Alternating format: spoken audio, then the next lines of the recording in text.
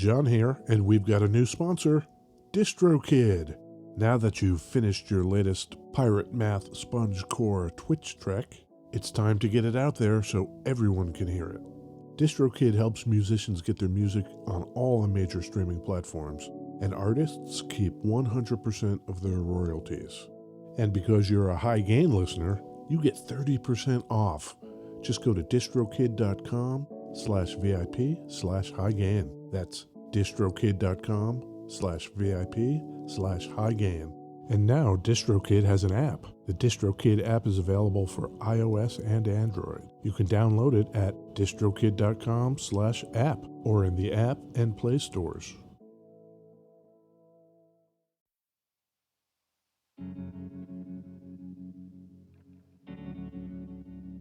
We'd like to take a minute to thank our pals over at Isotope, makers of software and plugins for audio repair, mixing, and mastering. The new gold standard of audio repair, Isotope RX11, is coming in May. Buy RX10 now on sale and get RX11 absolutely free when it's released. We use Isotope products here at the High Gain. It's an important part of how we've been able to bottle pure podcast gold week after week. High Gain listeners get 10% off using the promo code FRET10. That's FRET10. That's all at isotope.com. IZOTOPE.com.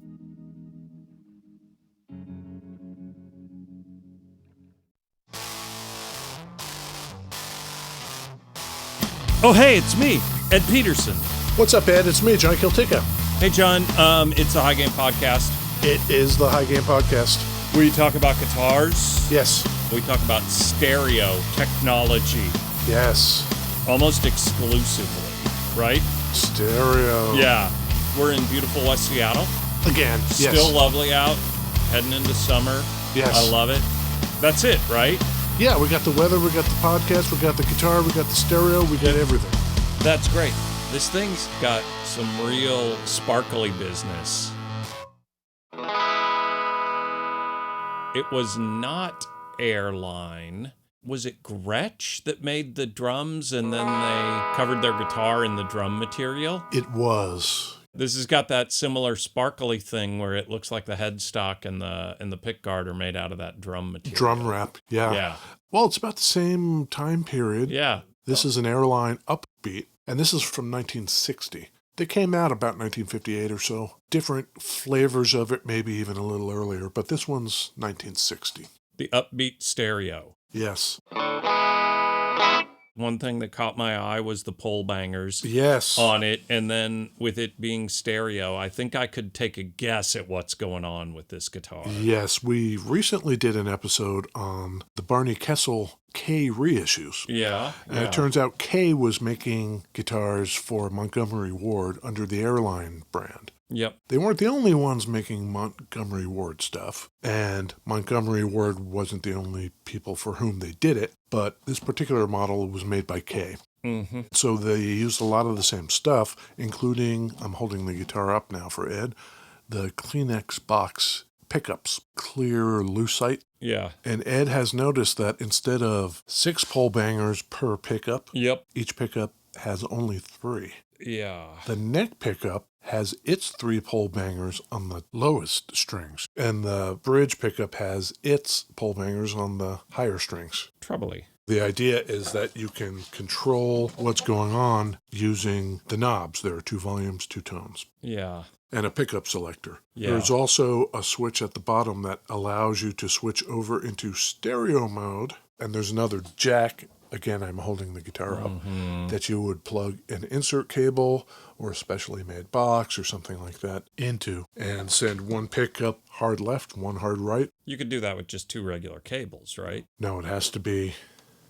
Really? Yeah, it's a stereo jack in the back as opposed to a mono jack. So you need a special cable to do it. Oh. Like a Rickenbacker. Okay, so it's stereo out. That's right. I tried it. Yeah. It really wasn't worth getting into. It seems like if you had dual boards, you did a deep swelly reverb on one channel and some real weird delay on the other one, maybe you could get some cool stuff. And that's what I did in the test. Oh, But it just didn't sound good enough or interesting enough to really get into. I don't think, at least on this model, it worked very well. could you not get a hard pan where like you just hit that high E and it only came out of one? I could not. All right. It didn't quite do what it seems it wanted to do. No one really uses the Rico sound thing. How much is that in modern rock music? There are so many amazing stereo miking techniques. Yeah. Not to mention mixing techniques in post. Yeah. Maybe don't need it. To set up Rico sound just seems like a lot of work.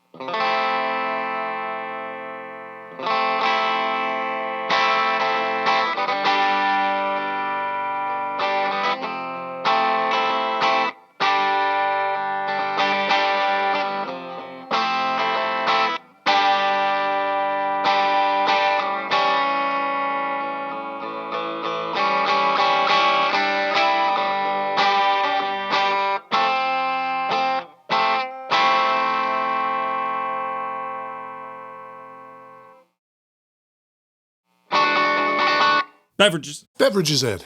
I've got the Crow mug with some black coffee. I really need to stop drinking the black coffee late in the afternoon. You were doing the tea for a while, but now you're back on the coffee. I forgot to get tea. Mea culpa. Oh, Latin. Yeah. I've got a Athletic Brewing. I've got a bunch of those Radler leftovers. Maybe I'll enjoy it more this time, knowing it's lemonade. Because I think not knowing exactly, I kind of expected beer with maybe a tinge of lemon. And it was like the opposite of that. So this time I'm going in, my expectations have been tempered with the Radler, you know?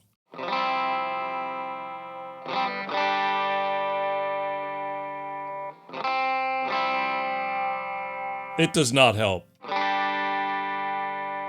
Super duper crazy lemony. You know, it's a carbonated lemonade.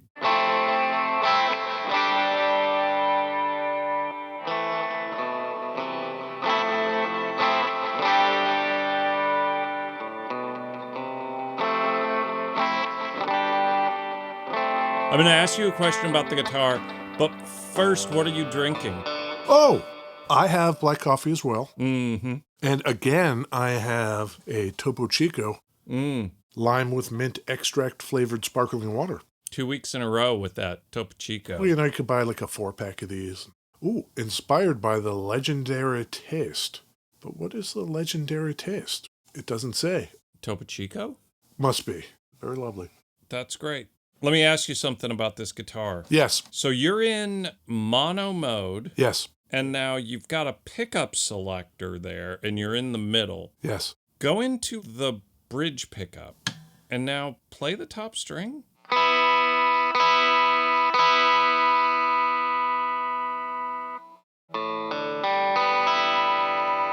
I don't get what's going on now, because it sounds even, and if you're in the bridge pickup, EAD should not be coming out of the neck pickup. The vibration from these strings could be going through the pole pieces in the bridge pickup. Here's the neck pickup. It's pretty even. It's pretty weak, too. Shit's weak. I'm just going to juice this a little bit. There we go. That's a little more.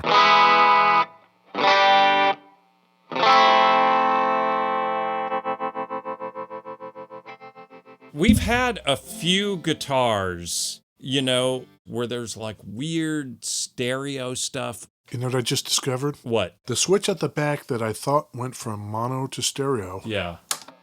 Do you hear the hum? Yeah. That means something's on. Yeah. And I think it's the bridge pickup. Yeah. If I go to the neck, no hum. I don't think there's anything happening. If I flip the supposed mono stereo, now I have a neck pickup. I guess the question is, do I still have a bridge? I think maybe you were in the wrong setting on that one. See, Maybe. This is where I was going. This shit sucks. Maybe if we had the actual diagram of how this thing was supposed to work or I something, couldn't find it. it shouldn't be this difficult to figure out how to turn a pickup on. You know what I mean? It's dumb. John. Dumb. Okay, you're in the neck. In the neck as bassy as I can be. Hit the high E string.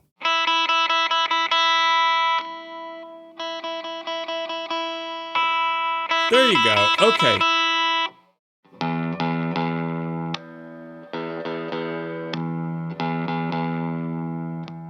Go to the neck on the high E. And now go to the bridge on the high E. There you go. It's working. Yeah, so now I'm combining the two. Yep. First impression is that I could just have two regular pickups and switch between the pickups and get the same thing. Yes, please.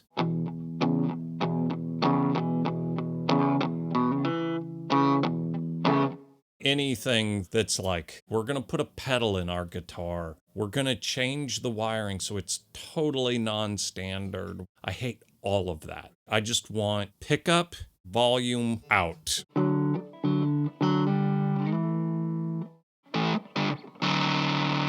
Well, okay. I think we need a refresher. On Airline, How'd we get here? Chicago boys. Yeah, we know about the Chicago boys. I thought we would just do a refresher on Montgomery Ward. Oh, cool. There's an actual guy. Uh-huh. Montgomery Ward. Aaron Montgomery Ward. He was born in Chatham, New Jersey. You love it when people are born in the same state as you. Yeah, I've got that hometown pride. Yeah, you love it. I was born in Florida. Yeah, congratulations for leaving. Yeah, probably a decent place to have left. But Florida's lovely. Dong to Florida? Did we lose Florida? No, we lost Mr. Montgomery Ward. Oh, no. Let me guess. I want to say 33. I want to say 1933, but I bet he lived older than that. I bet it was like 53 or something. 1913. Old Monty, I'd like to call him. Mm-hmm. What happened? Do we know? No. He was born sometime before 1913. Well, he was born in 1843. So he's 80 years old. He would have been 20 during the Civil War. Makes a feller wonder if he went and fought. Oh, he's got stuff to do. He's got stores to open. He left New Jersey and moved to Chicago because that's where sort of all the railroads terminated there in the middle of the country. So you could get to many more places much easier from the middle than having to try to go coast to coast. Middle. Well, middle enough for the 1800s. North middle. You know, middle would be like Kansas. And therein lies the problem and the solution, Ed. Oh, okay. He realized that actual middle, Yeah. there wasn't a whole lot going on in terms of sold goods. Okay. What did you have? You had like the general store. They only had a certain inventory, and they were going to charge what they were going to charge because, after all, what choice did you have? Right. You either pay for this or you don't. Yeah. So he realized if he could do a catalog thing, he would end up with tons more inventory than anybody else in the middle of nowhere. Mm-hmm. So you're going to get the thing cheaper. You're going to get way more variety in what you can choose from. And it took off like wildfire. This was Montgomery Ward, 1872. The Sears catalog and the Montgomery Ward catalog. Man, those things were awesome. Yeah. I always lived in a place where there was a Sears and a Penny's and a Montgomery Ward. I never lived somewhere where there wasn't one of those stores. Right. So you'd get the Sears catalog, and then you could go to the Sears store and get the thing that's in the catalog. Right. Are you saying when he did the catalog, were people like filling out a form and sending him a check? Yeah, it was a mail order. Huh. And he was sending out all these catalogs. At that point, he could send them as freight. Yeah. Cheaper. Right. When that went away and he had to start paying the post office, he began lobbying for and was eventually successful in getting implemented what we know today as parcel post. Good job, Monty. People would get these catalogs, order the stuff, and it took off. And so that was 1872, pre-Sears. So that mail order business became successful enough that at its height, there must have been hundreds of Montgomery Wards, thousands throughout the U.S. Well, the first milestone I'm aware of was 1883. Okay. That's only 10 years later. Can I tell you something, John? Yes. Let me just interrupt here. Yeah. I love this story. Do you? We've been doing this for 6 years. Yes. And I like it because it's a story about a retail store. A little variety. Sure.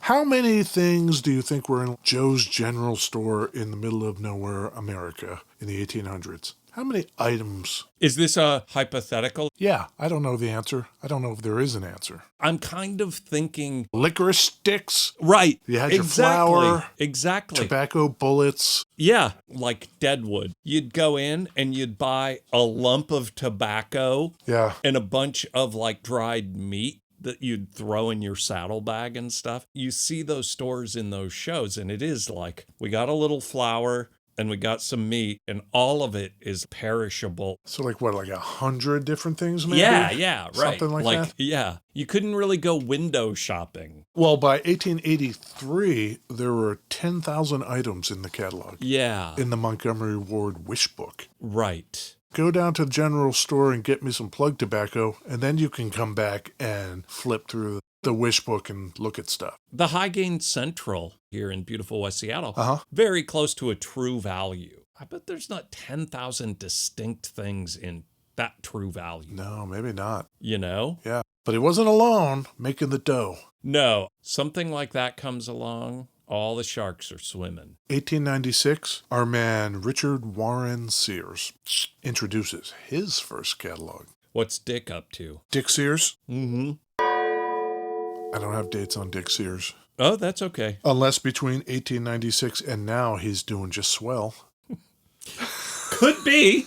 You know. Yeah, he'd be like 128 years old. Yeah. There's Montgomery Ward. He pioneers the whole model. Yeah. And makes a killing off of it. And right. by 1900, those two are competing head to head, and Sears is winning. Yeah. In 1900, Ward sells about $8.7 million worth of stuff. In $1,900. But Sears sells $10 million.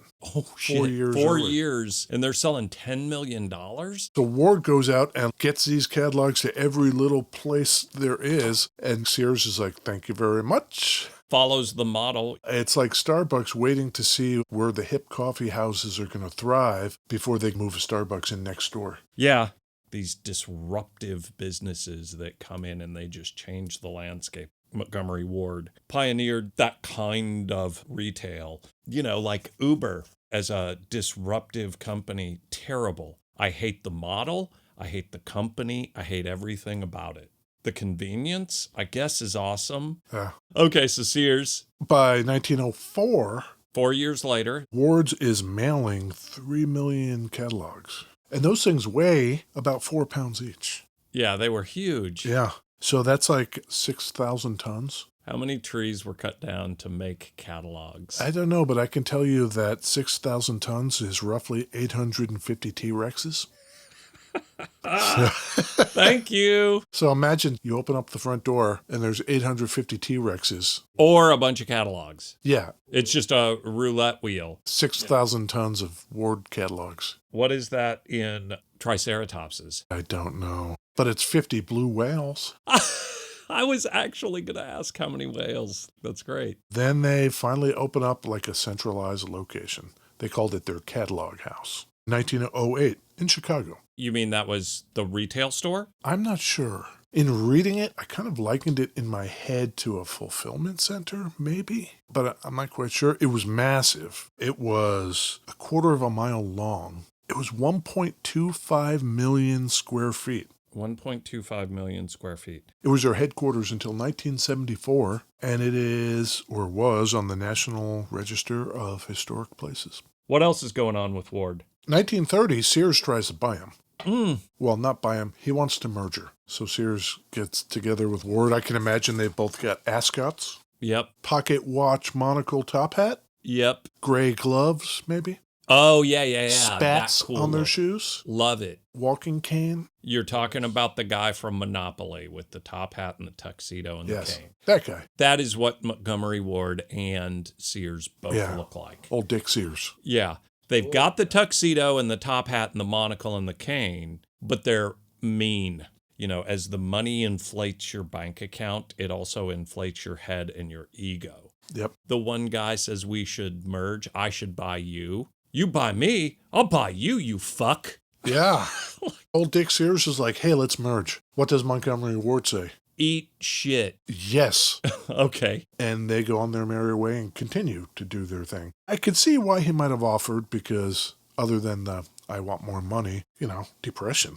Yeah. It's 1930. It's getting a little hairy over here. Why don't we combine? Yeah. I guess old Monty was in a better position to say no. How'd that work out for him? Worked out pretty good.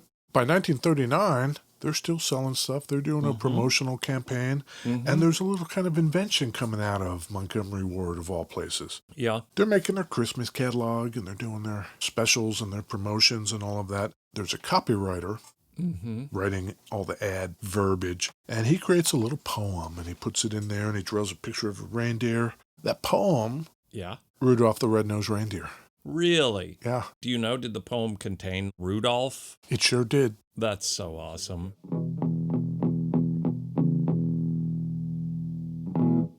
World War II shows up. Yeah.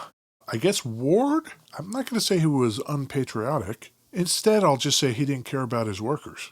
Oh. How about that? So there's a nationwide strike during World War II Uh-huh. of all the Ward workers, 12,000 of them. Okay. The U.S. Army seizes the Chicago offices under the direction of FDR, who ordered it. I love FDR. Ward refused to settle the strike. No unions, Yeah. no collective bargaining. Right. Screw the worker. Right. But during World War II, there was the War Labor Board order. Basically, it said, we need every worker we can get, so you need to work with the unions, and you need to participate in collective bargaining, except if you're Ward, and you can say, fuck you. And then if you're President Roosevelt, you can say, I got your fuck you right here. Yeah, yeah. I'm going to your Chicago headquarters, and I'm padlocking it. You're not doing dick. Okay. Until you settle the strike? Yes, he ordered all Montgomery Ward's property nationwide to be seized. Can you imagine? Elon Musk is fraudulently claiming tax credits, and we are seizing Tesla and SpaceX. Our country would go bananas. Elon Musk is letter of the law for everything, for sure. Not litigious and No. super cool dude. I'm just saying, can you imagine if the government came in and seized the entire factory of a major corporation in the U.S. and just said, no, you're going to resolve this strike? Yeah. People would go bananas. But it all ends up okay. Oh, okay. The Great. war ends. Yeah. People go back to work. Uh-huh. And in 1958, Yep. they decide, let's put a new item in the catalog. Yes. Guitars. Oh!